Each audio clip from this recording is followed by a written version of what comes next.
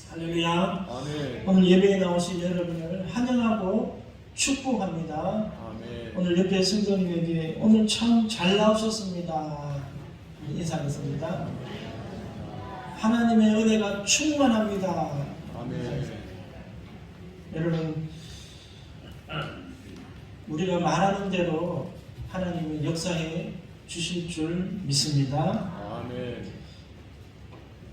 성탄절 이전 4주간을 대림절이라고도 하고 대강절이라고도 말합니다. 그래서 이 기간은 예수 그리스도의 오심을 기다리는 절기를 가리키고 있습니다.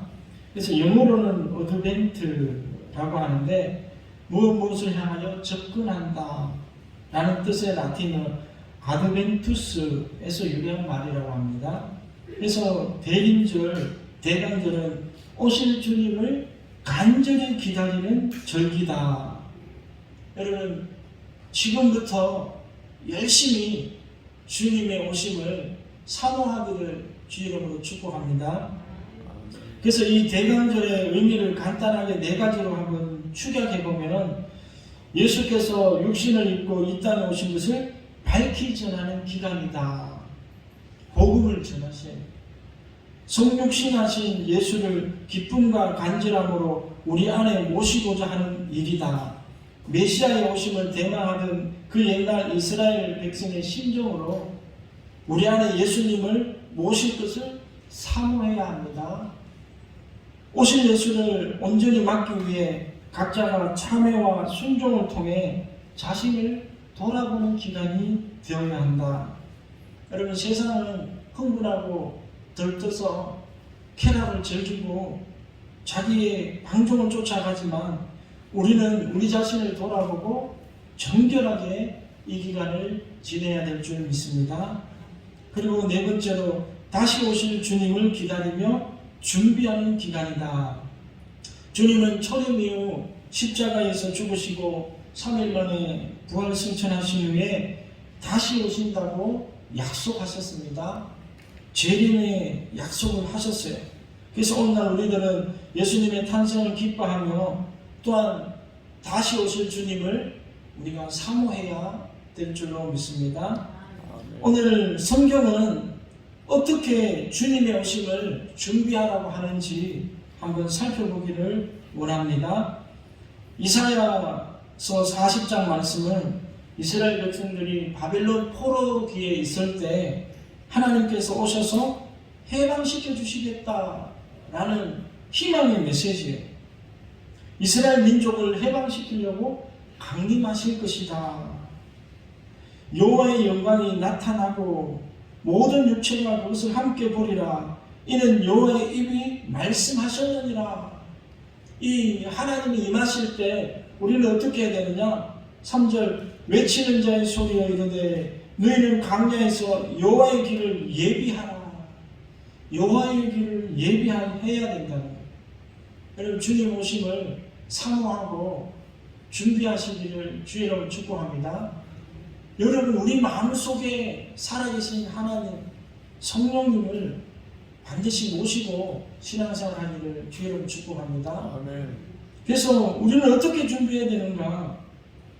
여러분, 1절 말씀을 우리 한번 같이 읽어보겠습니다. 40장 1절 말씀 같이 읽습니다. 시작. 너희의 하나님이 이르시되 너희는 위로하라. 내 백성을 위로하라. 너희는 예루살렘의 마음에 닿도록 말하며 그것에게 외치라. 여러분, 위로를 받기를 주의 이름으로 축복합니다. 아멘. 서로 위로하라. 여러분, 마음에 상처가 있으면요 하나님을 영접할 수가 없어요. 마음에 쓴뿌리가 있고 마음에 억울함이 있고 분노가 있으면 하나님을 우리 마음속에 모실 수가 없어요.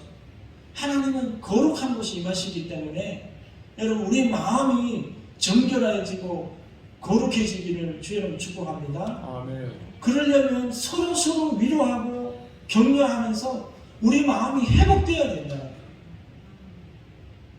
그렇게 위로하라는 거예요. 여러분, 우리가 위로하지 않으면 아무도 우리를 위로할 사람이 없어요.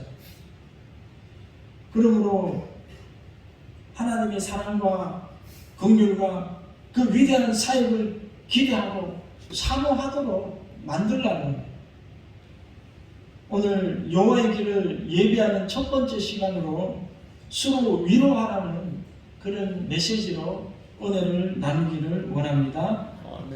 이스라엘 백성들은 포로기 때 이스라엘 백성들은 참으로 위로가 필요한 백성들이었어요. 바벨론의 포로로 다 잡혀가서 1차, 2차, 3차 끌려가는 거예요. 여러분 우리나라의 일제치하나 6.25 사는 직후를 한번 연상해보면 좋을 것 같아요. 바벨론 왕은 이스라엘의 왕 시드기야 왕을 그 목전에서 아들들을 다 죽여버렸어요. 그리고 왕의 두 눈을 빼고 사슬로 결박해서 바벨론까지 끌어다가 놓고 죽는 날까지 옥에 가둬두었다라는 그렇게 비참한 삶을 살았어요. 그리고 그 당시에 참담한 현상을 한마디로 말씀드리면 심지어 부모가 자기 자식을 삶아서 먹는 그 정도의 처참한 상황까지 갔어요. 이 정도 되면 여러분 마음이 어떻게 될까요? 얼마나 마음이 상했을까? 이런 상황에 그들에게 희망이라고 있었을까? 여러분의 삶은 어떻습니까? 우리도 인생을 살아가다 보면 희망을 잃는 사건들이 생길 수가 있어요. 부모를 잃는다거나 자연재해로 집과 재산을 잃어버린다거나 또는 대학 시험이나 취직 시험, 성진 시험에 미끄러져 가지고 삼수, 사수를 해도 안 되는 사람들이 있잖아요. 또한 오랫동안 사랑하며 사귀었던 애인과 헤어지는 그런 청년들도 있어요. 또는 암과 같은 중병에 걸려 시한부 인생을 선고받기도 한다는 거예요. 이런 일을 당할 때 사람들은 절망하게 돼요. 그 절망에서 일어날 수 있는 것은 바로 사랑하는 지인들의 위로가 힘이 된다는 거예요. 여러분 바벨론 포로 기간에 모든 희망을 잃고 시리에 빠진 이스라엘 민족을 위로하기를 원하셨던 하나님께서 용해동 교회도 위로하시고 여러분의 마음도 위로하기를 간절히 희망하고 계신 줄 믿습니다. 오늘 위로받기를 간절히 축복합니다. 제 입술로는 위로할 수 없지만 눈에 보이지 않는 성령 하나님께서 저와 여러분의 마음을 터치해 주기를 간절히 사모합니다. 하나님은 하나님의 대언자들과 선지자들을 통하여 그 백성에게 하나님의 뜻을 전하십니다.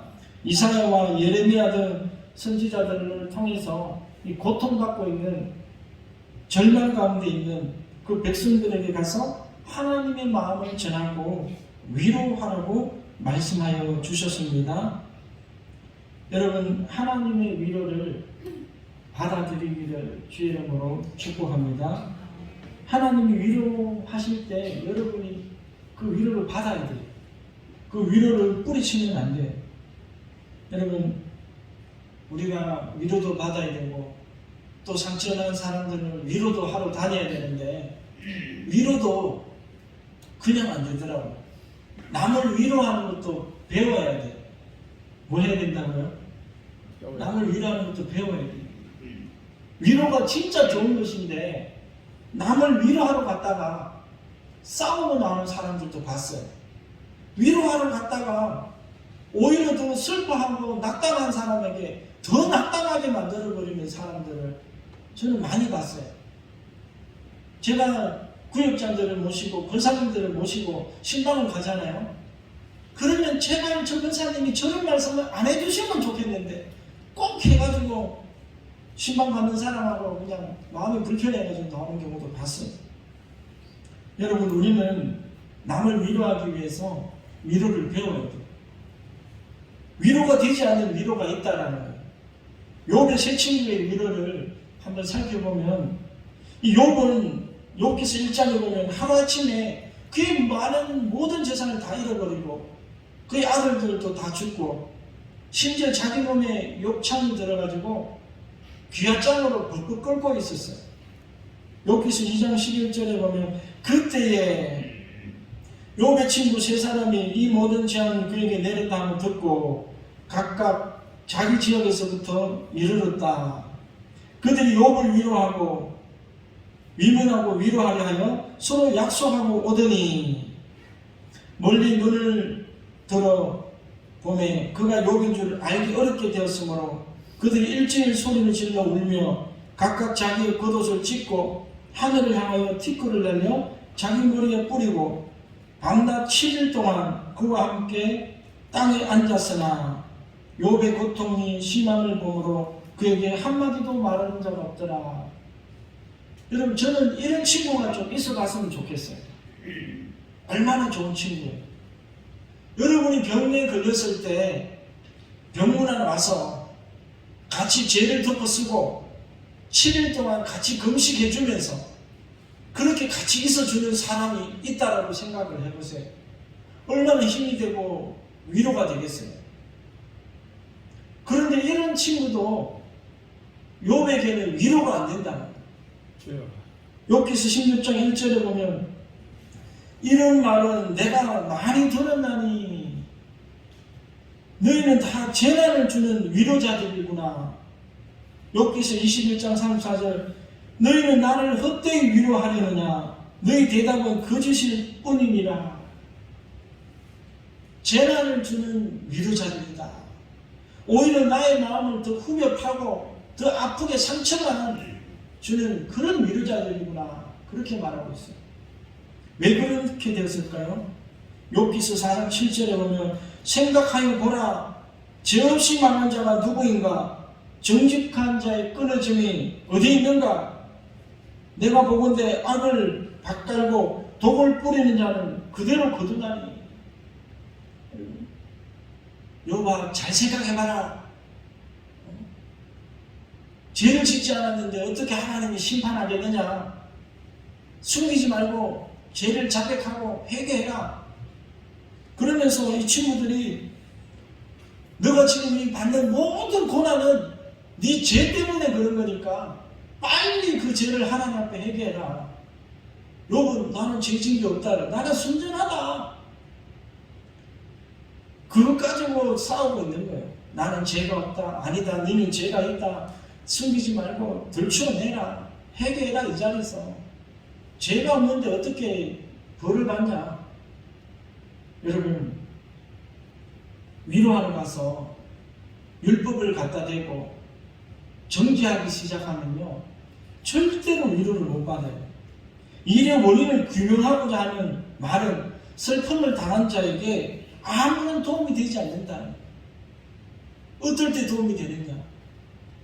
슬픔을 당한 자의 마음을 들어주고 공감해주면 돼요. 아유 너 많이 힘들지 어렵지 같이 공감해주면 되는데 그걸 못해주고 아니야 너는 죄가 있어. 내가 저번에 11조를 안 내더니 이번에 하나님 치시잖아. 주일 성수 빠져먹더니 그래 되잖아. 계속 그렇게 말하는 거예요.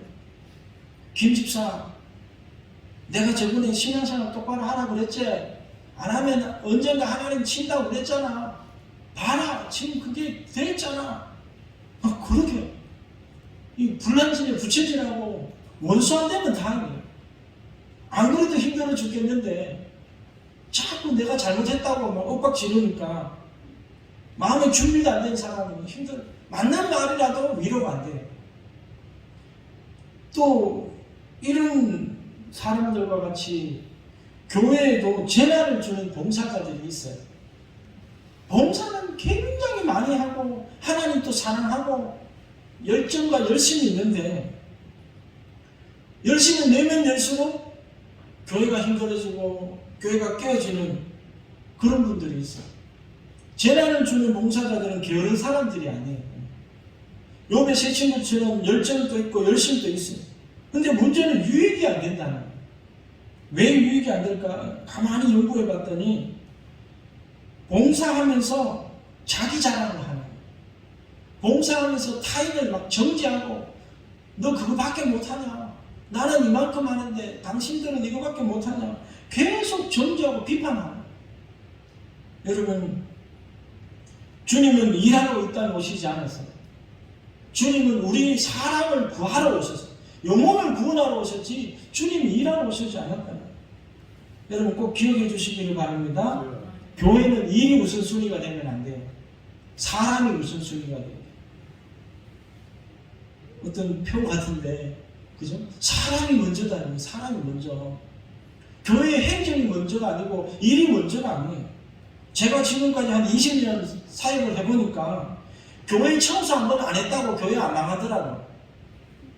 재정장도 10원짜리, 100원짜리 좀 틀려도요, 교회 안 망해요. 근데 우리는 뭐 가지고 살고 있죠? 청소 한 번 빠진, 먹은 거 가지고, 막.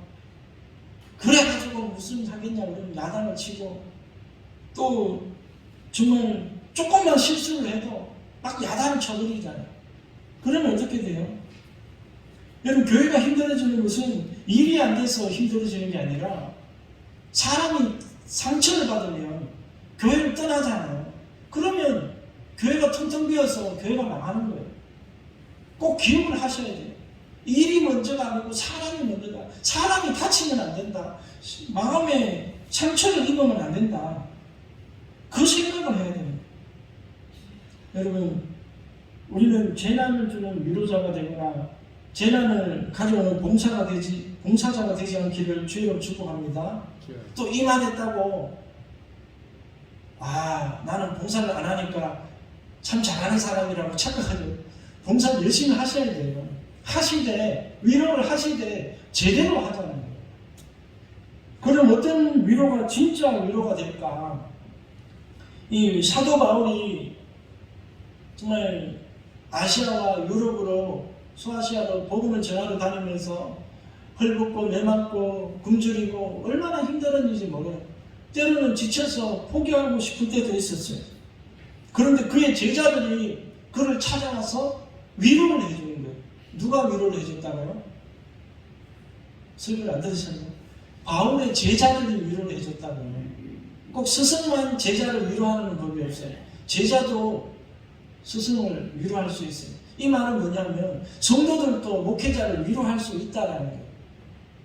여러분, 어떤 분이 위로를 제대로 하는 거냐? 고린도 후서 7장 5절에 보면 우리가 마게도냐에 이르렀을 때에도 우리 육체가 편하지 못하였고 사방으로 환난을 당하며 밖으로는 다툼이요 안으로는 두려움이었노라. 그러나 낙심한 자들을 위로하시는 하나님이 디도가 오므로 우리를 위로하였으니 그가 온 것뿐 아니라 오직 그가 너희에게서 받은 그 위로로 위로하고 너희의 사모함과 애통함과 나를 위하여 열심히 있는 것을 우리에게 보고함으로 나를 더욱 기쁘게 하였느니라.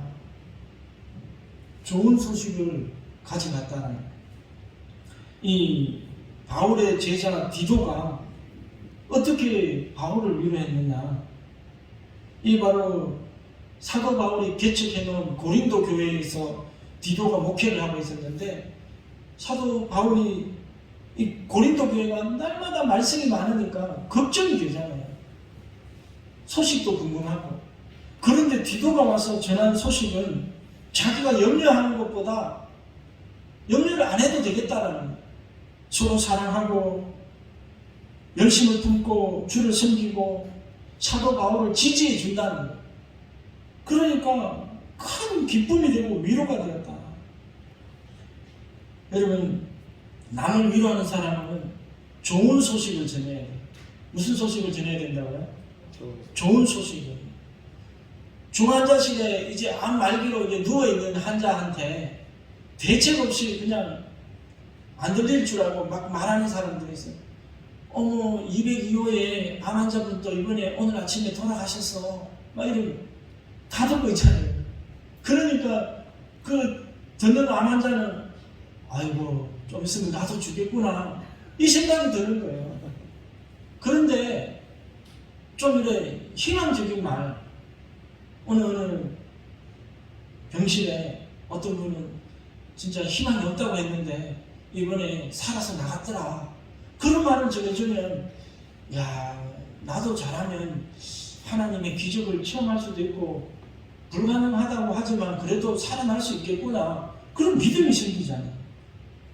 데살로니가전서 3장 6절에 보면 지금은 디모데가 너희에게로부터 와서 너희 믿음과 사랑의 기쁜 소식을 우리에게 전하고 또 너희가 항상 우리를 잘 생각하여 우리가 너희를 간절히 보고자 함과 같이 너희도 우리를 간절히 보고자 한다 하니 이러므로 형제들아 우리가 모든 궁핍과 환난 가운데서 너희 믿음으로 말미암아 너희에게 위로를 받았노라. 사도 바울이 누구 때문에 위로를 받아요? 이 데살로니가 교인들로부터 위로를 받아요. 믿음, 사랑과 믿음과 사랑의 기쁜 소식을 우리에게 전했다. 사도 바울에게 데살로니가 그 교인들은 디모데를 통해서 믿음과 사랑을 전했다. 믿음이 얼마나 좋은지 구제하고 선교하고 봉사하고 그런 희망적인 이야기를 바울에게 전해주니까 야, 내가 지금까지 한 게 헛것이 아니구나. 더 열심히 일해야 되겠구나. 그렇게 용기가 생기는 거예요. 여러분, 저와 여러분들도 위로하려고 할 때 정말 희망적이고 긍정적이고 좋은 소식만 전하게 되기를 주님의 이름으로 축복합니다. 아멘. 두 사람이 모였던, 세 사람이 모였던, 정말 그 자리에 없는 사람이라도 좋은 장점만 이야기해요. 장점. 한번 그렇게 한번 하려고 우리가 한번 살아봤으면 좋겠어요. 두 명만 모이면 그냥 안 모인 사람 그냥 막 훑어내고 험담하고 이게 우리의 일상이잖아요. 이게 바뀌어야 우리가 복이 오는 거죠. 그리고 구체적으로 우리가 무엇을 위로해야 되는가 오늘 2절 말씀을 한번 살펴보면 너희는 예루살렘의 마음에 닿도록 말하며 그것에게 외치라. 그 노역의 때가 끝났고 그 죄악이 사함을 받았느니라. 그의 모든 죄로 말미암아 여호와의 손에서 벌을 배나 받았느니라 할지니라 하시니라. 이제 너의 고생은 끝났다. 한번 옆에 성도님에게 당신의 고생은 끝났습니다. 인사해주세요. 이제부터 하나님이 축복해 주십니다. 그렇게 축복하라는 너의 노역의 때가 끝났다. 70년 동안 바벨론 포로로 고생을 했으면 이제 그만큼 당할 만큼 당했다. 이제부터는 하나님이 벌을 주시지 않고 죄를 용서하시고 복을 주시겠다는 거예요. 여러분, 데살로니가전서 4장 17절에 보면 그 후에 우리 살아남은 자들도 그들과 함께 구름 속으로 끌어올려 공중에서 주를 영접하게 하시리니 그리하여 우리가 항상 주와 함께 있으리라. 그러므로 이러한 말로 서로 위로하라. 만세를 당한 우리에게는 어떤 게 가장 우리에게 위로가 되고 희망이 되냐면 아무리 이 땅에서 힘들어도 우리에게는 뭐가 있어요? 천국이 기다리고 있다. 천국이. 하나님이 계신다. 우리에게는 우리를 돕는 하나님이 계신다. 여러분 꼭 이렇게 위로하셔야 돼요. 모든 것이 끝났고 안 됩니다. 목사님 안 됩니다. 나는 이 병에서 놓여날 수 없습니다. 이 문제에서 해결될 수 없습니다. 나는 죽었습니다. 이제 망했습니다. 헬조선에서 살고 있습니다. 그렇게 말하는 사람들에게 아니다. 하나님이 계시지 않느냐. 하나님이 당신을 축복하십니다. 하나님이 계신데 뭐가 걱정입니까? 하나님이 잘 되게 해주십니다. 이렇게 위로하라는 거예요. 여러분, 초대교회 성도들은 모든 환난과 공고와 역경 가운데서도 주님과 함께 영원히 함께 살 천국 생활을 꿈꾸었다는 거예요. 뭐 아무것도 없어도 매 맞아도 헐벗어도 주님과 함께 산다고 생각하면 이 초대교회 성도들은 기뻐서 뛰었다는 거예요. 여러분, 이 땅의 것은 잠시 잠깐이에요. 오늘 말씀에 뭐라고 말합니까? 40장 6절 7절 보면 모든 육체는 풀이요 그의 모든 아름다움은 들의 꽃과 같으니 풀은 마르고 꽃은 시드면 여호와의 기운이 그 위에 불미라. 이 백성은 실로 풀이로다. 여러분, 우리는 풀과 같은 존재. 내일을 자랑하지 말라. 잠깐 있다가 없어질 안개와 같은 존재니라. 이 모든 것은 지나가게 되어 있어요. 이 땅의 모든 고난받는 것은 때가 되면 지나가요. 영원한 것이 뭐냐? 천국이라. 푸른 마르고 꽃은 시드나 우리 하나님의 말씀은 영원히 서리라. 하나님의 언약은 반드시 이루어질 줄 믿습니다. 그래서 우리는 우리의 인생이 보통 70이요 강건하면 80이라고 했어요. 여러분 남은 날수를 잘 계산해 보세요. 이제 얼마나 남았는지. 이제부터 주님을 향해서 열심히 살아도 정말 충성 봉사할 시간이 얼마 안 남았어요. 이제 천국을 바라봐야 할 때 여러분 천국을 바라보며 소망을 갖기를 주 이름으로 축복합니다. 고린도전서 5장 11절에 만일 땅에 있는 우리의 장막집이 무너지면 하나님께서 지으신 집 곧 손으로 지은 것이 아니요 하늘에 있는 영원한 집이 우리에게 있는 줄 아노라. 여러분 우리의 이 육신의 장막이 무너지면 하늘의 새 것으로 갈아입혀 주신다는 거예요. 여러분 아무것도 안 해요. 죽는 거 아무것도 안 해요. 그냥 새 옷으로 갈아입는 거예요.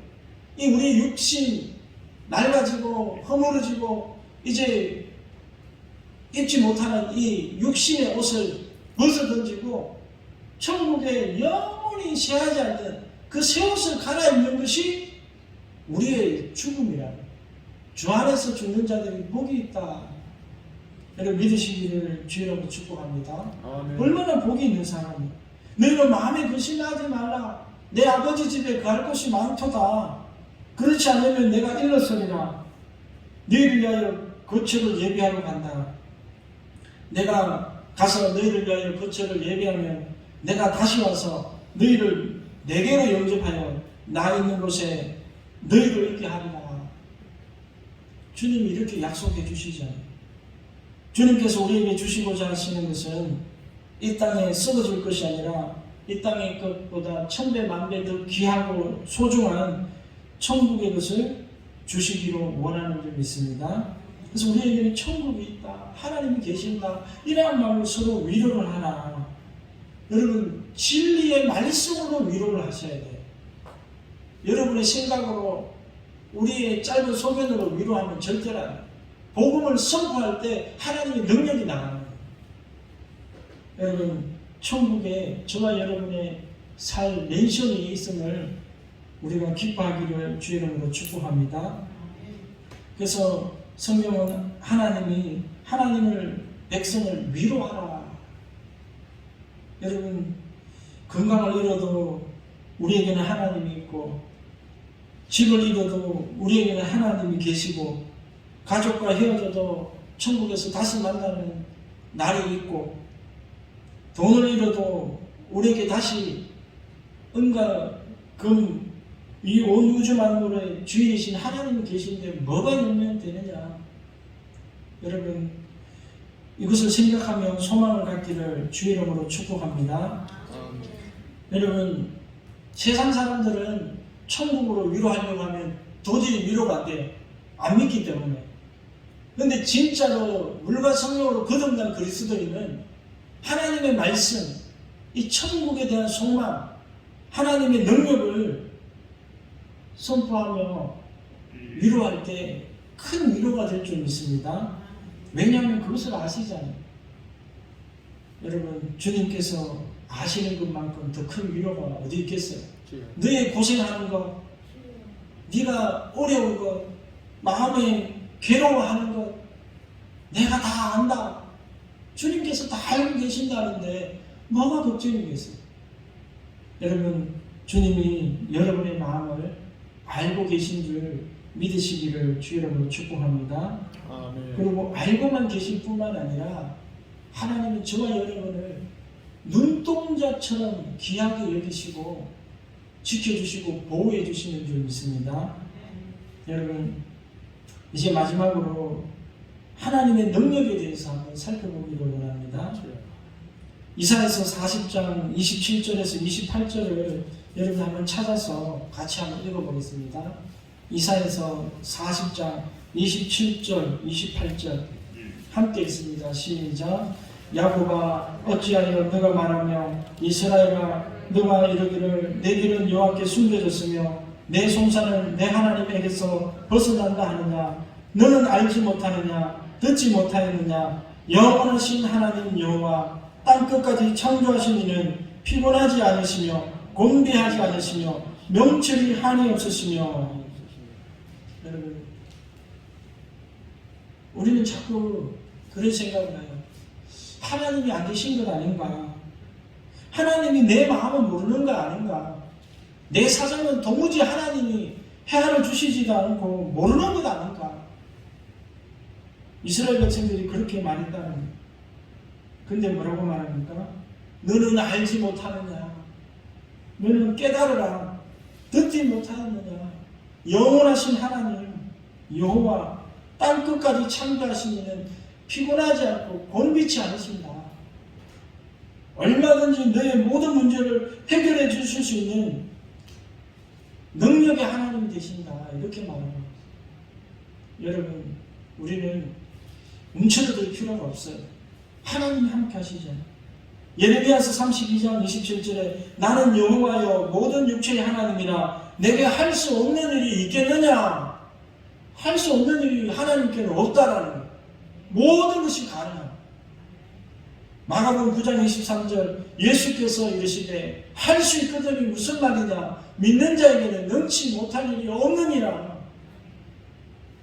여러분, 이스라엘 백성이 자꾸 두려워하고 의심하고, 아니 느부갓네살 왕이 어떤 왕인데 온 천하를 다 정복하고 지배하고 어마무시한 그 무기를 가지고 지금 우리를 억압하고 있는데 그 사람 손에서 우리를 어떻게 해방시키냐?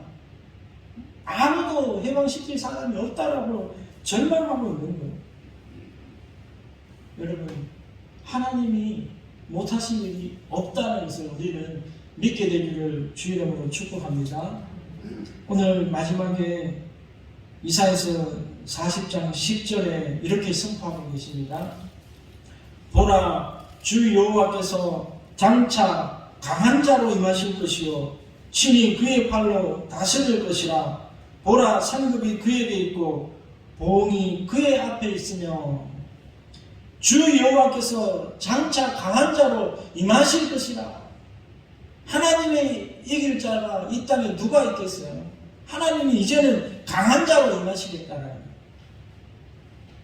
여러분, 하나님께서 우리에게 오셔서 이제 강한 자로 우리를 다스리시고 우리를 인도해 주실 줄 믿습니다. 아멘. 그러므로 하나님 우리에게 오시겠다고 말씀하셨잖아요. 우리는 주님의 오실 길을 예비하고 있기를 주여를 축복합니다.